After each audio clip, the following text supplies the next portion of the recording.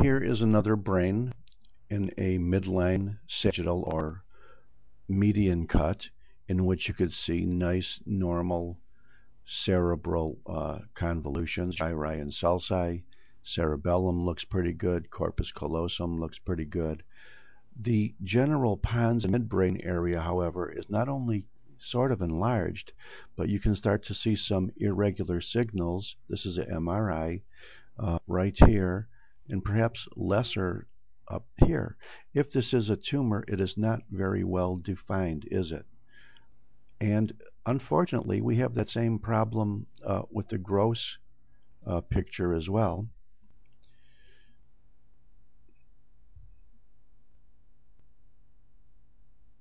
Because if you look at it, you can see a normal cerebellum,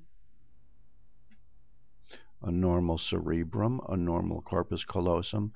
But look at this pons and midbrain area. There seems to be some irregularity, enlargement, but very, very poorly defined. And why is that?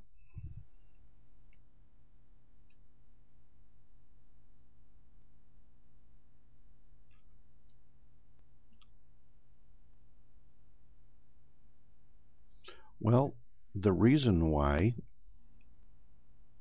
is because even microscopically it's very difficult to define this as well. Notice in the northeast is generally pinker than the southwest, but there is no really good delineation line. Here in the southwest we have some northeast looking tissue, and here in the northeast we have some southwest looking tissue. Here we have a little bit of a fold, and here we probably have a cutting artifact. Let's zoom in on it if we can.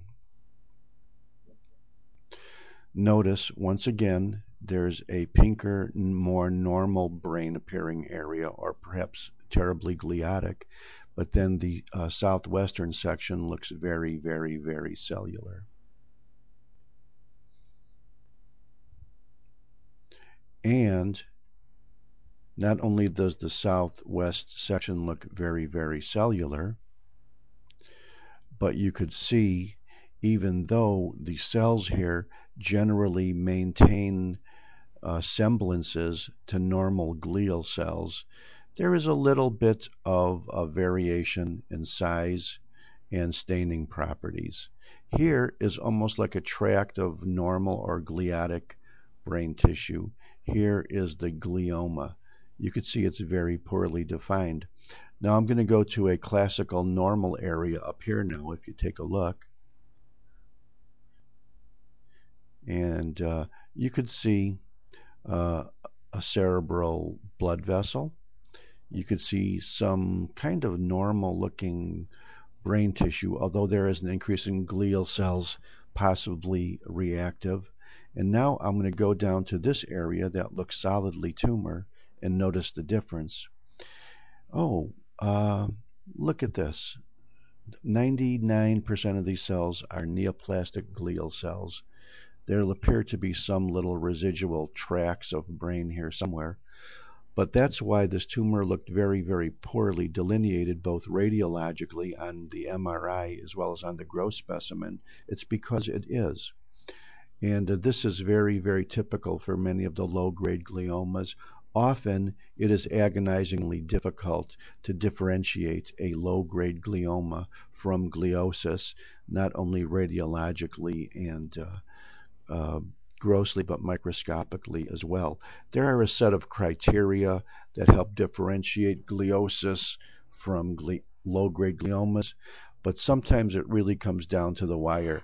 Nevertheless, I think in this case we could pretty safely say this is not gliosis, this is a glioma, because in the tumor areas like this, they all look like tumor cells for the usual reasons, although they are not highly bizarrely pleomorphic and necrotic like we see with the high-grade gliomas, i.e. glioblastoma multiformes. Thank you very much.